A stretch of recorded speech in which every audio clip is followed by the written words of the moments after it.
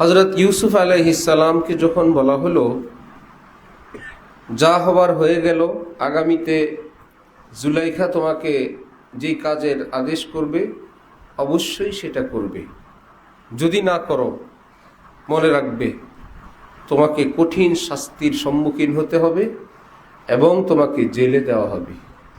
লা ইউসজানান্না ওয়া লা ইয়াকুনা মিনাস সাগিরিন। হযরত থানবী তরজমা করছেন জেল ভি दूंगा बेइज्जत भी होगा, জেলও দিব অপমানিত হবা যদি কথা না শুনো। আচ্ছা, কথা না শুনলে আমাকে জেলে যেতে হবে?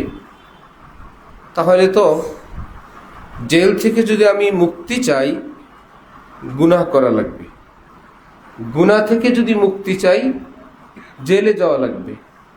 একদিকে জুলাইখার আহ্বান, সেটা রাখলে আমাকে জেল থেকে মুক্ত, আরেকদিকে আল্লাহর হুকুম, সেটা রাখলে আমাকে জেলে যেতে হবে। তিনি বললেন রব্বিস সিজনু আহাব্বু ইলাইয়া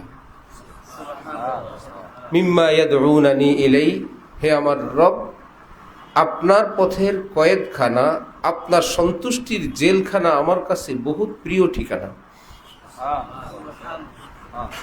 গুনাহ থেকে বেঁচে থাকলে নাকি আমাকে জেলে যাওয়া লাগবে? আমি জেলে যাওয়ার পূর্বেই ঘোষণা দিচ্ছি সেই জেল আমার কাছে প্রিয় ঠিকানা, যেখানে গেলে আমি গুনাহমুক্ত থাকব। গুনাহ করে স্বাধীন থাকতে চাই না, মুক্ত থাকতে চাই না, গুনাহ থেকে বেঁচে জেলে যেতে চাই। হযরত ওয়ালা করাচি বলেন আল্লাহ কত প্রিয়, তার পথের জেলখানা যদি আহাব হয়,